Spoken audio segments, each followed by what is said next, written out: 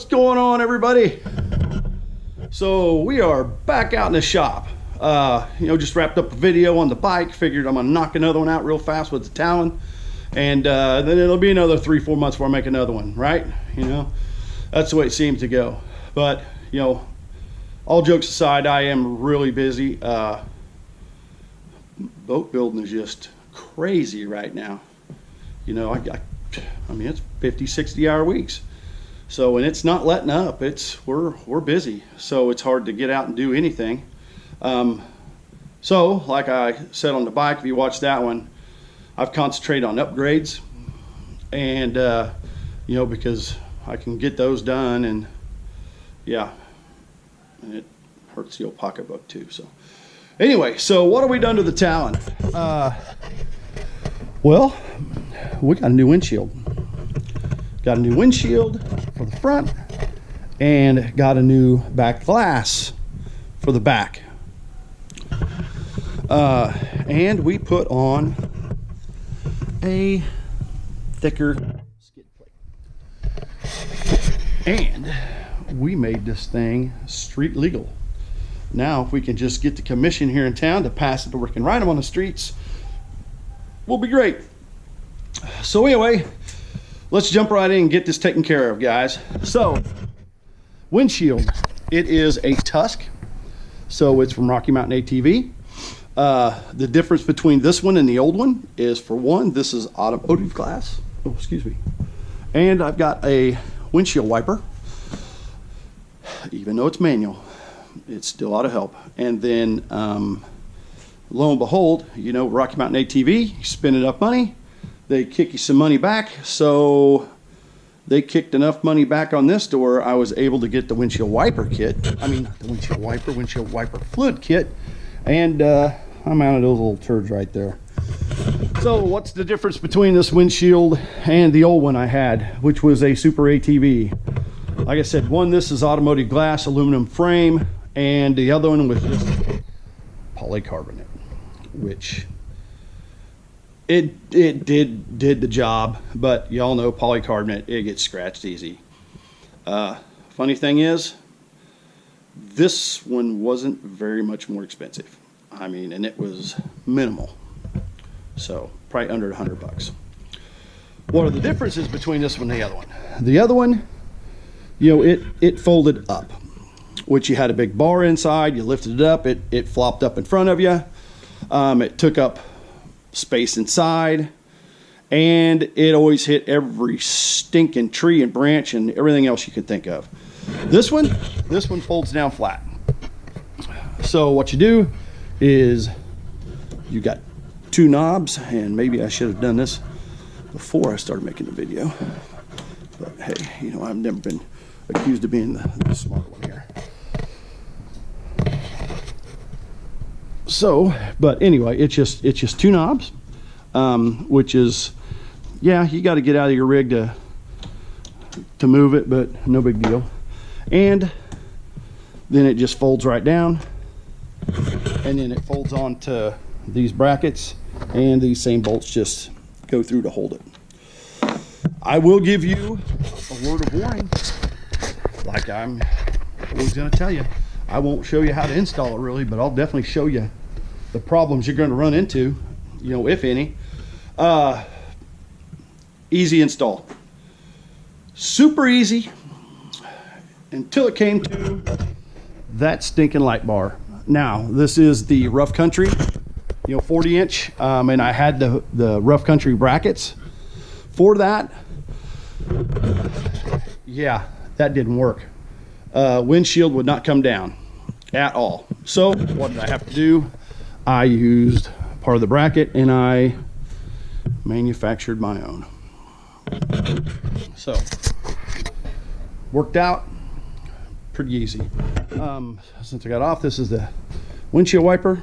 Just like I said, it just runs by hand. Pretty simple. I did use some other seal to go around the outside of it. So, and then like I said, going back up, boom, that easy. The back windshield, same deal. It was extremely easy to put in. It just got 2 clamps on each side, one here, one down here. What I like about this one, other than, you know, from the other one, is it fits tighter to the frame, and it also covers down here. Before, the other one cut off right here. I'm not even got my hand up there. But it cut off right here, so this whole area here was open. And then the same deal, it's automotive glass. So it definitely, to me, makes the machine look a lot cleaner. And that's what we all, I think, are trying to achieve. So in the long run. But same with the front. To me, it just looks a lot more streamlined. So I did. I upgraded the skid plate on this, and I went ahead and went with the trail armor. That's where I got the, you know, the A-arm and the trailing arm, you know, pieces from. I really like the trail armor stuff. It works really well. You know, it is the high density, you know, plastic, and so it seems like it slides a lot better. So one thing about this skid plate over the factory skid plate is that it extends further up and further back on the rig.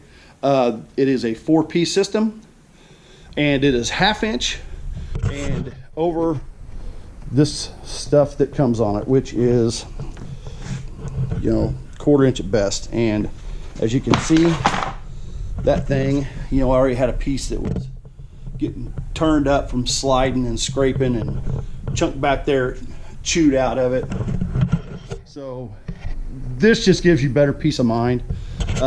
We'll see if we can get underneath here and see a little bit more of it. But right in there, you can see how it comes all the way back to the leading edge of that, all the way over.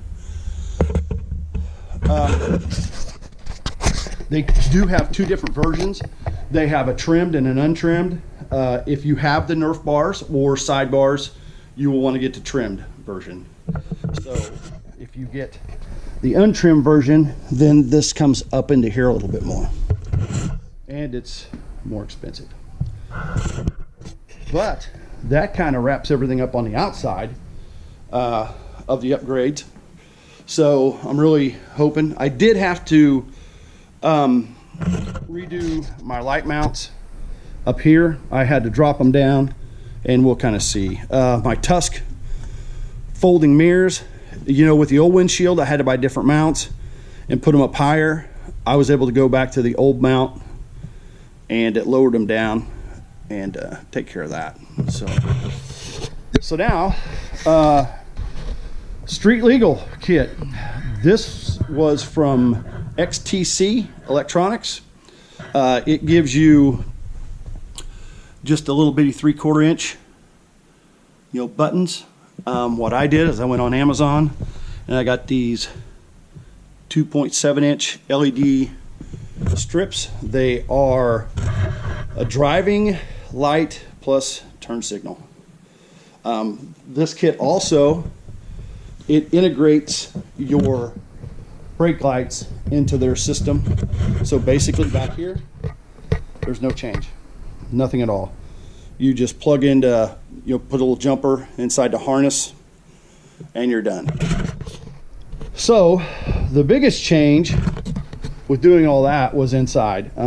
You know, there's not a lot of room on the Talons for switches and all that, and I have the switch panel. So what I did was I ordered a new plate, and I modified it to where I could still have my aux beam, and then now I've got 5 switches. So I've got my turn signal left and right. This has got hazards and horn built in. I put a new voltmeter in and my winch control, and then here's for your windshield wiper motor. So, and then inside you can kind of see how that windshield, how it really cleaned up. You know, before, that other lip was coming right out to here. It really took up a lot of room. So this kit on, let's see, so there's what you're kind of looking at. So we can do turn signal. So you got a blinker there, and then my blinker up there. And then that's a look at the driving lights. You know, nothing fancy, but you know, it's there. We'll also go ahead and hit the hazards so you can see how all that integrates in. So I do have new LED button lights coming that are frosted, so they'll blend in better. Then in the back, you know the way it works. So yeah. So anyway, that was that install. It wasn't bad. This did come with, let me get this thing off here. It did come with its own horn, but you know, I have a Sound Blaster horn on the buggy, so it was super simple just to use the wiring that I already had there for the old horn. I basically took the old horn switch out. I used the one wire going to the relay of the horn and plugged it into the power wire of their horn, and everything works. You know, it works flawless. It is definitely a true plug and play. If you are not using your factory accessory wire that Honda gives you that's up underneath the hood up in here, they send you a plug that plugs directly into that. So it cannot be any easier. Running the wires is super easy. They're all got kind of the mesh wire loom on them. So everything stretches what it needs to stretch, plugs in nice and easy, give you dielectric grease, zip ties, everything you need. So it really worked. It's more expensive, but it is a true plug and play, and it's a lot better quality than if you went and spent and bought the cheap ones that you're going to fight, because you're going to have to put relays in and a bunch of other garbage. You know, for the time you're going to spend fighting through all that wiring, it's just as easy spending a little extra money and getting this. And then, you know, I'm not a higher note, but I did finally, and you probably guys have already known this, but I went to spring-loaded whip lights. I don't know how many brackets I've went through on their whip lights. So I finally had to beef up to some aluminum ones and got those, so now I should be okay. Another thing I did do, you know, for this winter is I ditched the XM radio. To be quite honest, it was just a pain in the ass. When it worked great, but I have went through like 4 antennas, and I have tried several different ones. I tried the factory one that came with their kit. It didn't even make it one ride. Then I went to a higher end antenna. It lasted a few months, and then I actually went to a Shakespeare high-end antenna, and I actually even mounted it, you can see up there, down lower underneath the roof to where it would be protected from, you know, branches and all that. It was working great, and then all of a sudden, one day, nothing. So I finally just got fed up, and it is just not worth the money, the time, and my resources. So I'll figure something else out. You know, I still got the sound bar, so I'll just run, you know, Apple Music or something of that nature.